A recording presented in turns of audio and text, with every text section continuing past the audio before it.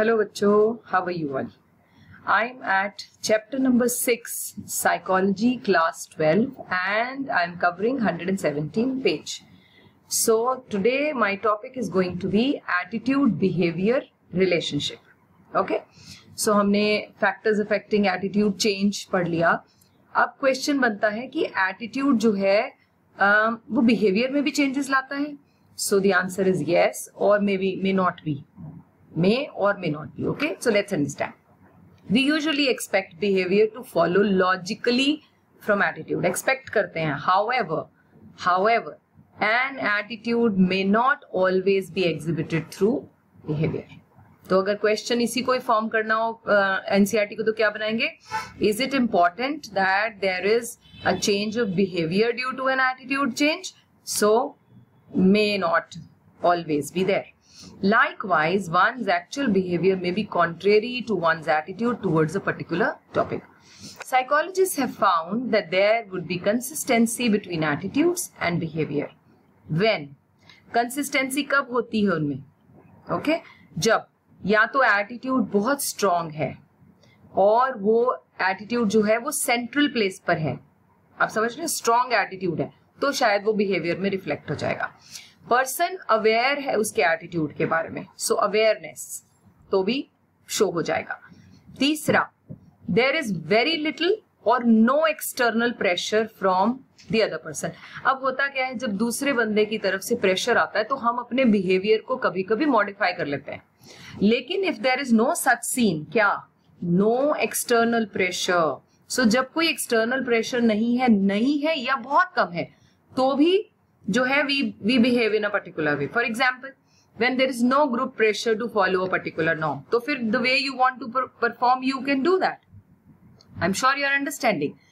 और next point क्या है? Person's behavior is not being watched. आपको कोई जज नहीं कर रहा, आपको कोई इवेलुएट नहीं कर रहा, तो भी आप अपने नॉर्मल बिहेवियर में रहते हैं. नहीं तो आप अपना बिहेवियर बहुत बार आर्टिफिशियल भी क्रिएट करते हैं.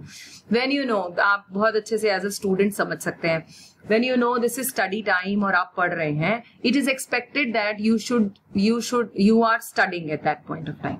और आपके सामने बुक है, आप अपने स्टडी पर हैं, राइट? अब बाय चांस आप बुक नहीं, आप अपना फोन चला रहे हैं. अब मदर की एंट्री हो जाए उस टाइम पर या फादर आ जाए, अब आपको पता है they are going to evaluate you, तो आप क्या करते हो? फटाफट से फोन रख देते हो या फिर आप कहानी बनाते हो. बाय चांस अभी आया था ऐसा, it means somebody is watching you, then you change your behaviour. ऐसा नहीं कि आपका towards studies is a negative, but at that moment you were not studying. So आपको जब कोई जज करता है you change the behaviour. So अगर आपको कोई जज नहीं कर रहा, कोई वॉच नहीं कर रहा, कोई इवैल्यूएट नहीं कर रहा, your father just came in and he just left, then I don't think so there is a need to hide anything or maybe explaining anything. Did you understand? The person thinks that the behavior would have a positive consequence. अगर उसे लगता है इस behavior से positive consequence है तो भी they tend to engage themselves into that particular behavior. In the days when American, ये एक experiment है, इसके थ्रू उन्होंने इस बात को प्रूव किया है कि it may not reflect in the behavior, may not. Okay जैसे मतलब इसके लिए ये वाली एग्जाम्पल यूज करनी है आपको.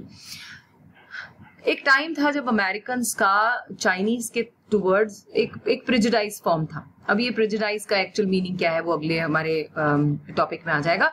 सो मतलब एक स्टीरियोटाइप सा बिहेवियर उनके माइंड में था कि जो चाइनीज होता है वो इस तरह के होते हैं, ये थोड़ा नेगेटिव टाइप होता है. Prejudice is a negative word.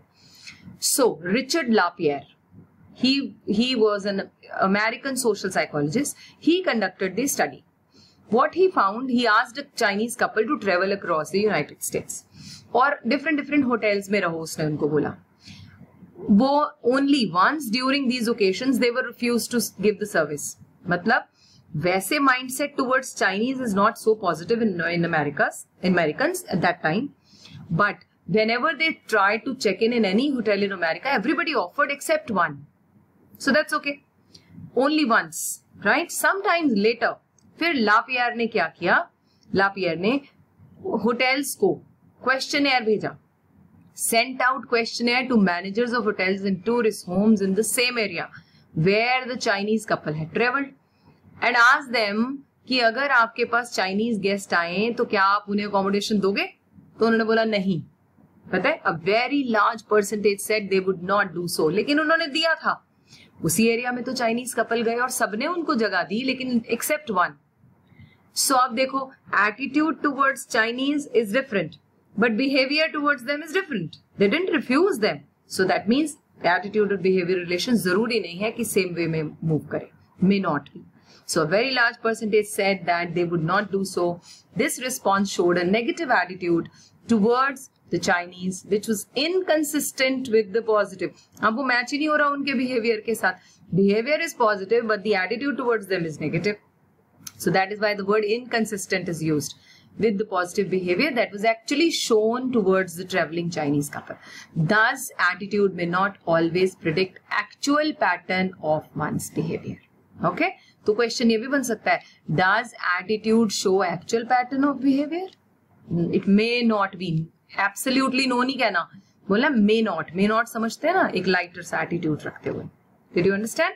So this was all about attitude behaviour. इसके बाद उन्होंने एक, हमने फेस्टिंजर का पढ़ा था, telling a lie for a dollar, तो उसके बिहेवियर को भी एक्सप्लेन कर दिया यहीं पर, वो जो हम पहले डिस्कस कर चुके हैं। So this you can just go through and that's all about this particular topic. This prejudice and discrimination I will record in the next video and you can refer that. Bye bye, take care.